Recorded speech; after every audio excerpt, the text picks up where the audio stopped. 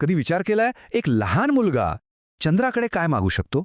खेळणी की चॉकलेट्स? नाही, अजिबात नाही.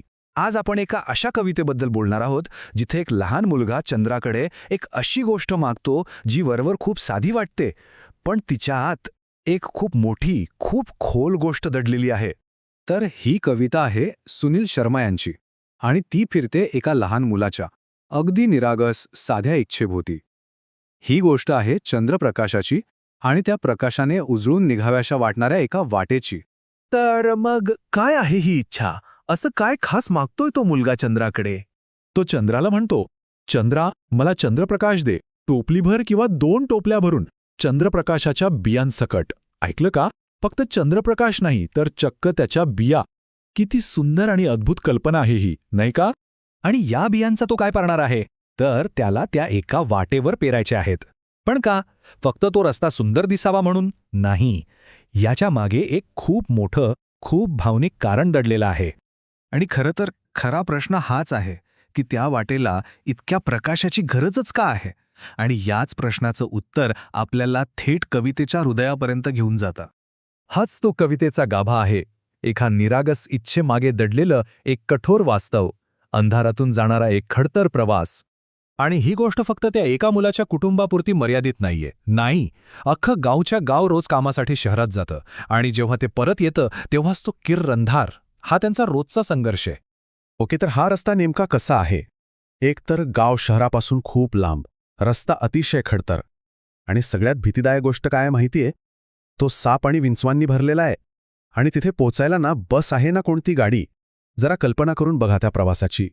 पण या सगळ्या गावाच्या मोठ्या समस्येमध्ये एका लहान मुलाची एक अगदी वैयक्तिक आणि खूप हळवी तळमळ दडलेली आहे. आणि ही तळमळ आहे त्याच्या वडिलांसाठी. तेच वडील जे रोज शहरात कामाला जातात. कवितेत तो इतक्या सहजपणे सांगतो की जेव्हा माझे वडील घरी परत येतात तेव्हा मी झोपलेला असतो. विचार करा, दिवसभर वडिलांची वाट पाहूनही त्यांची भेटच होत नाही. आणि मग तो पुढे जे सांगतो ते तर आणखीनच हृदयस्पर्शी आहे. तो म्हणतो, आणि ते सकाळी लवकर परत जातात जेव्हा मी झोपलेला असतो.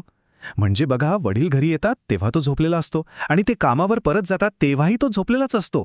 त्यांची भेटच होत नाहीये. हे न दिसण्याचं, न भेटण्याचं चक्र किती अस्वस्थ करणार आहे, नाही? आणि त्याला फक्त वडिलांना बघायचं असं नाहीये. त्याला त्यांच्याकडून परीकथा ऐकायच्या आहेत, गोष्टी ऐकायच्या आहेत.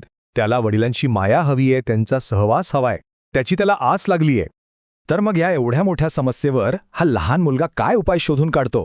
बरं, इथेच त्याची कल्पनाशक्ती एक असं सुंदर आणि निरागस उत्तर घेऊन येते की आपलं मन भरून येतं.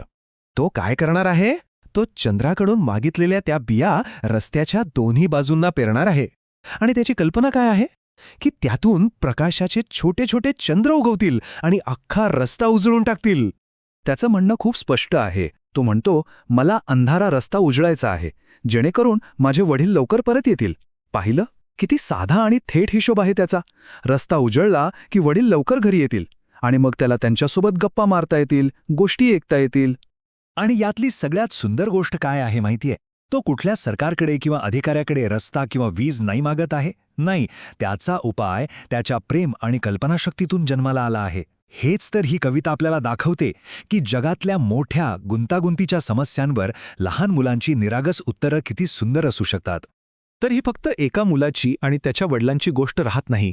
ही गोष्ट त्याही पलीकडे जाते आणि एका वैश्विक सत्याला हात घालते. ते सत्य म्हणजे आपल्या प्रियजनांसाठी मार्ग उजळण्याची आपली इच्छा. ही कविता बघा, एकाच वेळी 2 गोष्टी दाखवते. एकीकडे ग्रामीण जीवनातील कष्ट, तिथलं वास्तव, आणि दुसरीकडे कुटुंबातले ते घट्ट, मायाळू नातेसंबंध. यात सामाजिक वास्तव आहे आणि तितकीच तीव्र भावनिक ओढही आहे.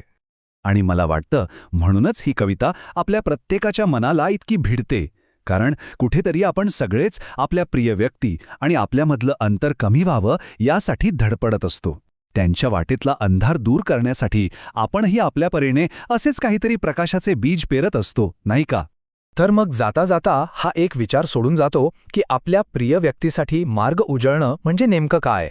आपण त्यांच्यासाठी कोणता प्रकाश पेरू शकतो यावर नक्की विचार करून बघा.